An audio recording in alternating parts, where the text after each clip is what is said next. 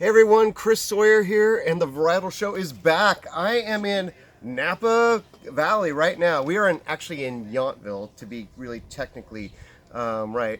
I'm at Goosecross Winery, and I'm here with my great buddies, Christi, Coors, Ficeli, and Bill Nancarrow. Pretty good pronunciation, huh?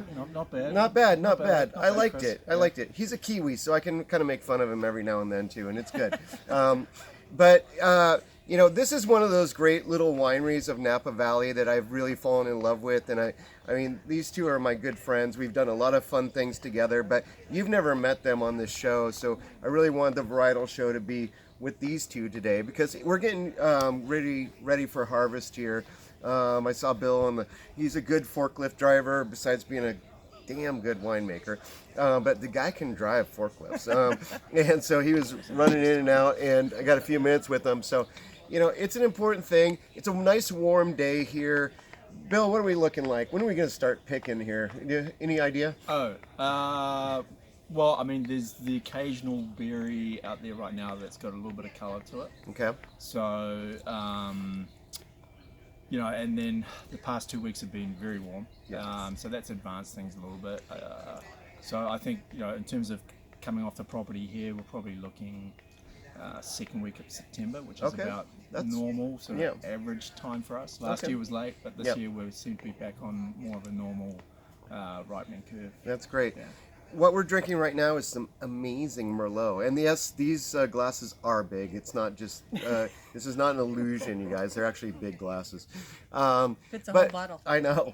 But I want to say where we're at. I'm looking at Stag's Leap, actually the rock formation right over there. And behind us is the Mayacamas Mountains. So those are the Vaca Mountains, and these are the Mayacamas Mountains. And right behind us is the estate vineyard.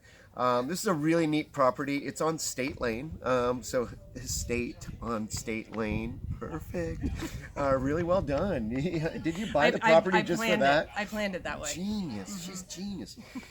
She is a member of the Coors family, and I did say Coors in the middle there. That is her maiden name, and she met David here. Your family was great. They said, we own Coors. This is our family. Legacy and stuff, but we want you to go find what you want to do. Yes. And you came here to Napa Valley, you met David, things happened, you fell in love, you got married, you have children now, and you bought this great winery. It's really a special thing that you did, and I feel like this is so family owned and operated. Sometimes in Napa Valley there's big brands out here, and they've been owned by a lot of people. And this is really one where there was one family ownership here before this, and you didn't change the name, and it's because the name is really great. Goosecross. Tell us about the goose story real quick. One of my favorite stories, and one of the reasons why I liked this place, other than the beautiful view that you can see behind us and the great wines that they were making, but a lot of brands in Napa have the last name or first name and last name or something on them that relates to the family. So I like this place because it had we call it a critter name, and even though geese critters sell, critters sell. Just so you know. So the story of the geese is the name Goosecross is there's a pair of geese that live here on State Lane, and the story goes that when they were migrating south for the winter, the male goose hurt his wing, and his female partner dropped out of the flock with him because geese mate for life. Right. And they were hunkered down in Napa Valley in the winter, trying to stay warm. And they realized, hey, California is not that bad of a place to live. And Napa's great, and there's a pond next door. So they had water. And the former owners used to sit on their back patio, which is now our tasting room back patio.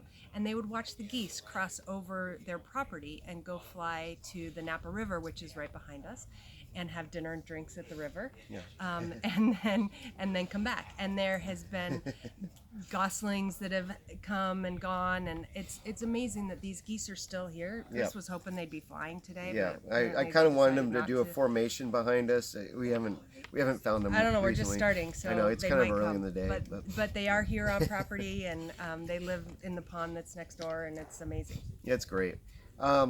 Bill, I mean, you and I met a while ago when you were at Paraducks, which is kind of funny because he worked for Duckhorn, Paradox, which he pretty much helped start that whole kind of brand, and really make it one of the great blending brands of all times. And now you're here working for another, migration-like company, which is all about fowls, but fowls with a W, not a U. Okay. Thank you.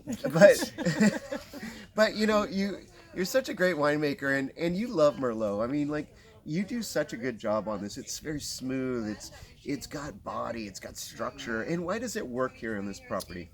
A couple reasons for this location. So we're in East Yountville, not Yountville, but we call it East Yountville. East.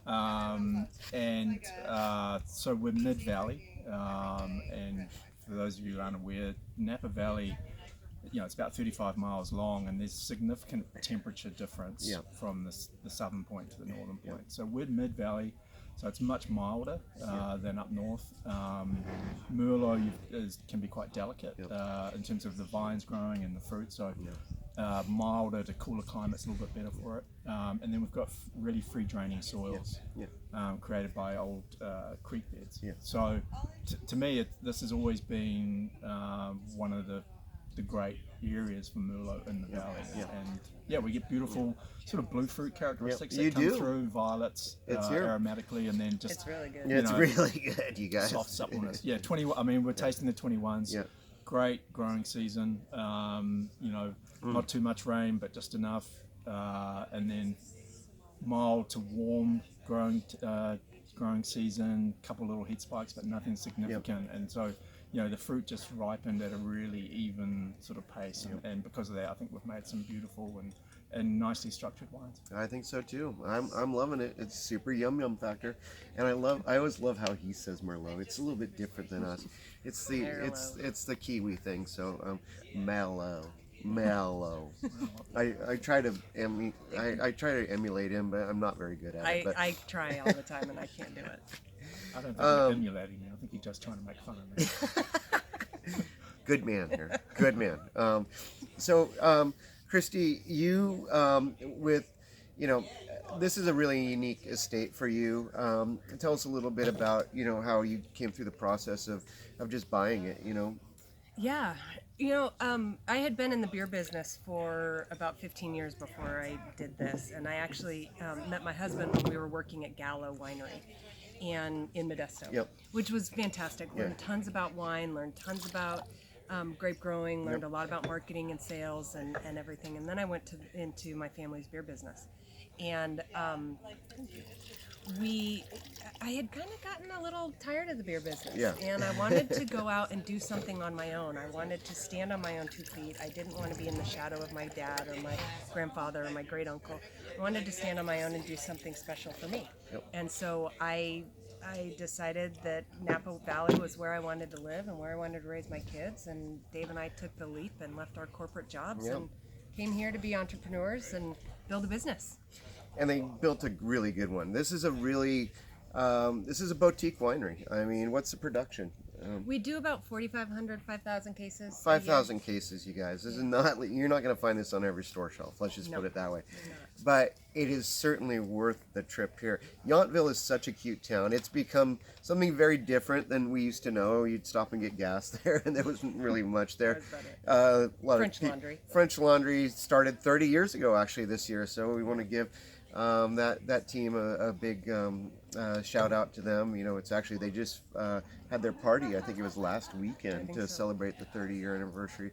So Thomas Keller, we love you, man, and you've helped do a lot of stuff for Napa Valley. There's no doubt about that.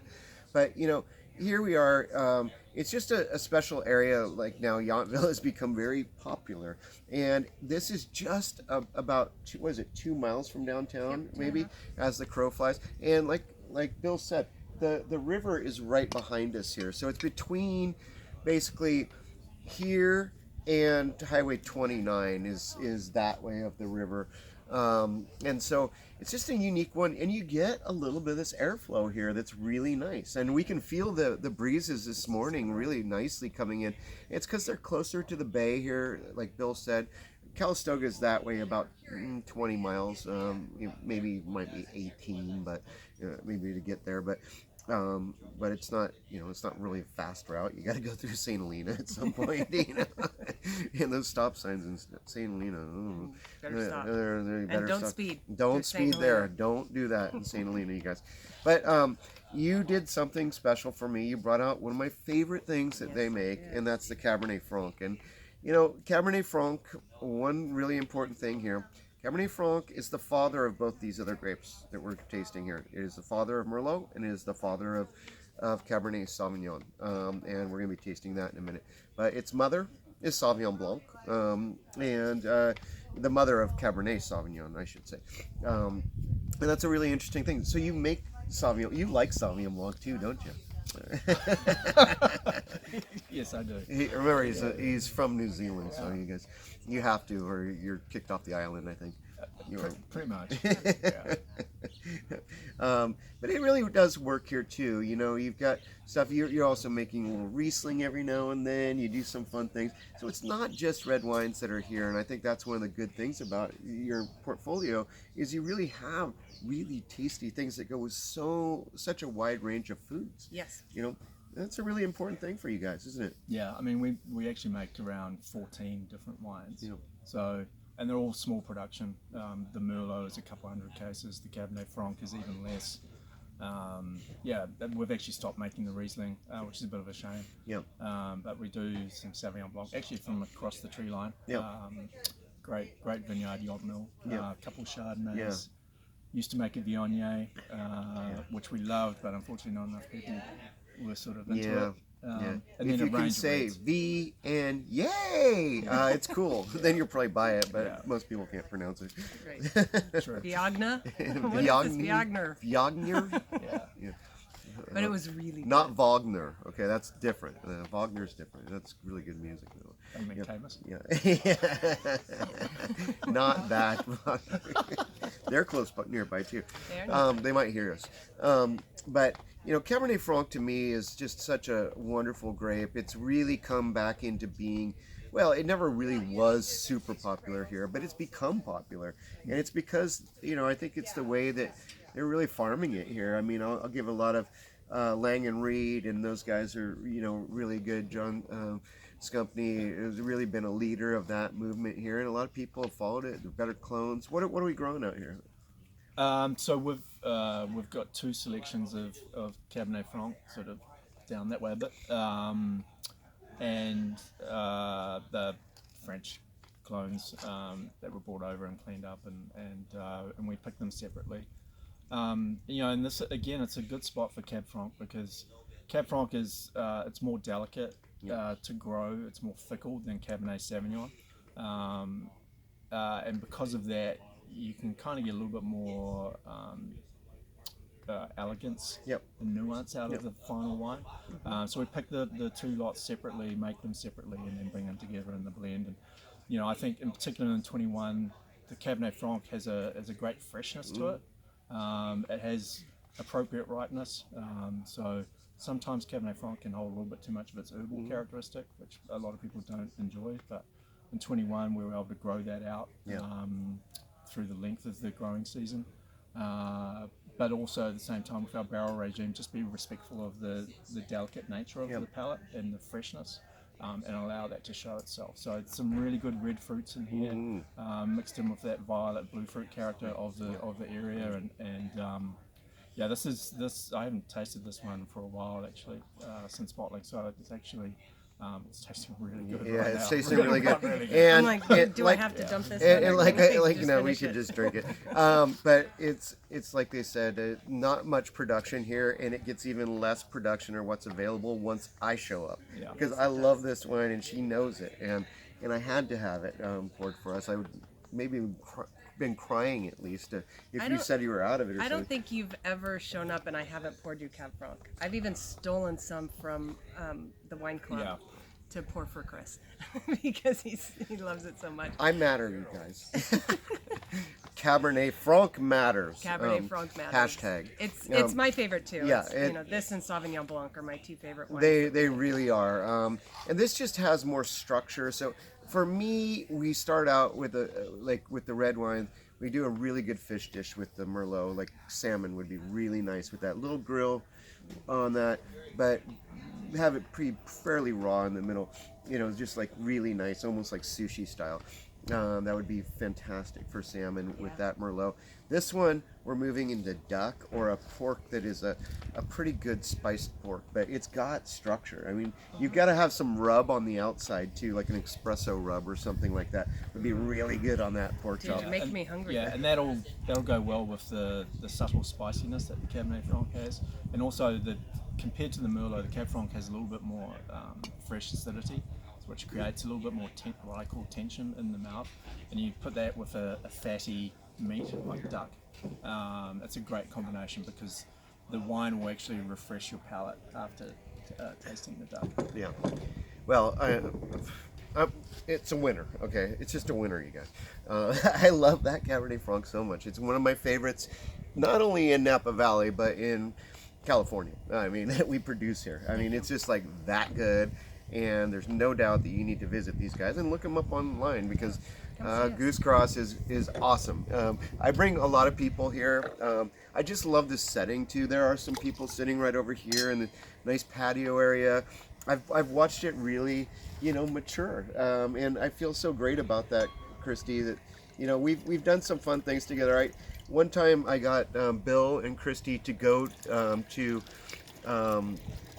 Colorado with me to Telluride, and that was of course the wines never showed, but we had a lot of fun. You had to say that. The shipping thing just kind of sucked, but anyways, we had a blast. And one of the things too was we were looking at the mountain that is on the Coors can together. We were? Yeah, we were, and it was cool. It was a special moment. So the Goosecross label once again has the goose on it, and this is a new label for you. So it's a really pretty label. Tell us a little bit about the design and what you were thinking there. Well, we wanted to call out specifically for our estate wines the fact that they are special and something that we take care of. From the second the buds come out to the second we clip the grapes off.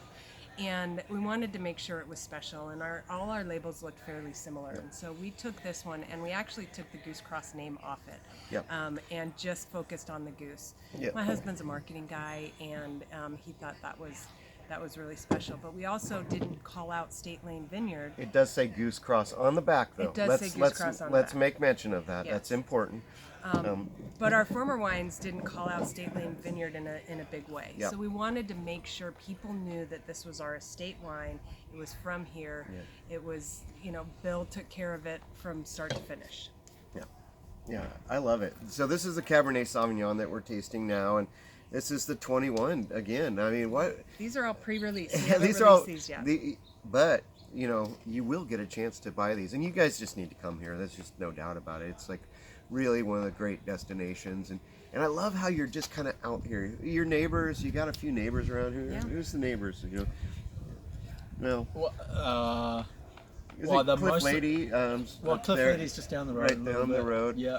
Cap Shandy is on Cap the Shandy, corner. Cap Shandy is. We can see some really great vineyards up there in the Stag's Leap district too from right here. They're just right across that's Silverado Trail right there. Where we're looking right at it. I mean, it's less than a mile from us. Gemstone is over there. Gemstone, right? Yeah. Over there. We got there's a little knoll hill just to the north of us, which actually helps trap the cooling breeze and keep it here, which is actually really significant in terms of like the microclimate that we have here. Just across that hill is Screaming Eagle. In Oakville. In Oakville. So we're right really on the cusp of. This is Yountville here, but we're looking right at Stag's Leap district right there, and Oakville is right. I mean, it's just we can almost throw a stone to it from here. Golf club. Yeah, a good golf club. Good driver. Me with a good driver. My big Bubba would be a good one to drive out there. My 300-yard drive, of course. And we like to we like to think of I this imagine that I more could, but as Yountville East. We just think between we've got a road dividing us from Stag's Leap, right? And so that's really where the line comes, and it's a quarter mile down the road. And we are a driver, Bubba, away from Oakville. But the soils here are very different. We call it Yountville East because the difference between the west side of Yountville past the tree line and the east side of Yountville is drastically different when you look at the soil profiles. We have a creek bed behind us, an old creek bed from the Rector Creek. It used to come through here. That is and correct. so that gives us different soil profiles. The knoll that Bill was mentioning, that gives us the ability to have the air cycling through here because it kind of hits the knoll and then turns around and comes back. So the terroir here is fantastic. It's really true, and really on that other side, that's part of the bench. That's the Rutherford bench is actually kind of there all the way, past Rutherford to St. Helena, and you've got Dominus and parts of like Gurgitch Hills Vineyard right there in the old, which was the old. They basically cut their property in half to put in Highway 29 because we used to go through the towns, like all of them. And you don't really go through Yountville unless you turn into Yountville now, but it did used to go through Yountville. So that's like, it's so neat to come here and see kind of the evolution. Being a kid that would come here in the 70s, it's changed, but this is really just a special place. I mean, it's so relaxing here. You don't feel like you're anywhere near Silverado Trail or Highway 29. You just feel you're in a very special place. And that's what's neat about it. Yeah, and when you're sitting on our patio, tasting wines and spending time with our fantastic hosts, you kind of feel like you're in your own backyard, sitting on your patio, overlooking the view, but you have somebody serving you, which is better than your own backyard. Yeah. And we just like to say that this is a little piece of heaven outside while we're in Napa. It's quiet, it's peaceful, it's beautiful. It's true. This Cabernet has, I just keep thinking about the blue thing, but this has got a little cassis note to it. It's a big, it's a player in here, and it's very elegant and very refined. And I want to say one thing too for Yountville, and it's kind of like why Dominus was #1 a few years ago. There's something special here about Cabernet growing in a place that it's not too hot. It's hot, but it's not too hot, and it really does have this airflow. And I think that when Christophe and I talked about that, at Dominus, it reminded him of France, and it just like, and it really has something. And to be really honest, he had a place over there that was a little bit, it didn't work for Merlot, which is interesting. I remember he was pulling Merlot out, and we're talking about a guy that was from Petrus, like one of the greatest wineries of the world, and he was pulling the Merlot out because it just didn't work there. It works here.